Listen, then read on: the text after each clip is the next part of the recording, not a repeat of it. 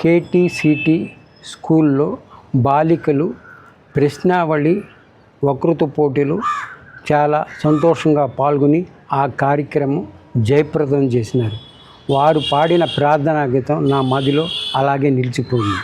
అలాగే మా తెలుగు తల్లికి మల్లెపూదండ, మా కన్న తల్లికి మంగళారతులు, ఇలా ప్రార్థనా గీతం ఆలపించడం జరిగిన తర్వాత వారు కొన్ని ప్రశ్నావళి, రామాయణంలోని ప్రశ్నావళి కార్యక్రమం జరిగింది. దాంట్లో ఎంతో ఉత్సాహంగా పాల్గొని అన్ని ప్రశ్నావళిలో జవాబులు చెప్పడం జరిగింది.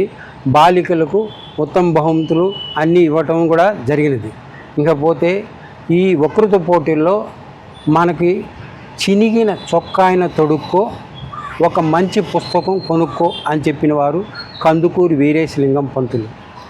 వారు చెప్పిన పద్ధతి మనం ఆరంభించాలి. వారి ఆశయాలకు తగ్గట్టు పిల్లలు దగ్గర అవ్వాలన్నమాట. వారు చెప్పారంటే తెలుసుకునే దాంట్లో విషయం ఎంతో ఉంది. చినిగిన చొక్కాయిన తొడుక్కో, మంచి పుస్తకం అంటే ఈరోజు మంచి పుస్తకం, ఆ పుస్తకంలో విలువలు మనకు తెలుసు కాబట్టి చదవాలని చెప్పి వారు చెప్పటం జరిగినది.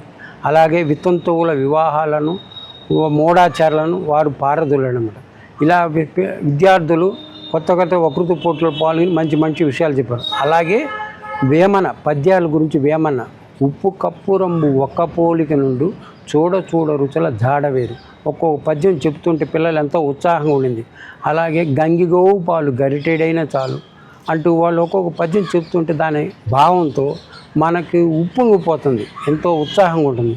కాబట్టి పిల్లలు పెద్దలు వారి ఆశయాలకు తగ్గట్టు దగ్గరే ఇటు ఉపాధ్యాయులు చెప్పేటప్పుడు తప్పకుండా విని మీ భారత జీవితాన్ని ముందుకు సాగించాలని కోరుకుంటున్నాను.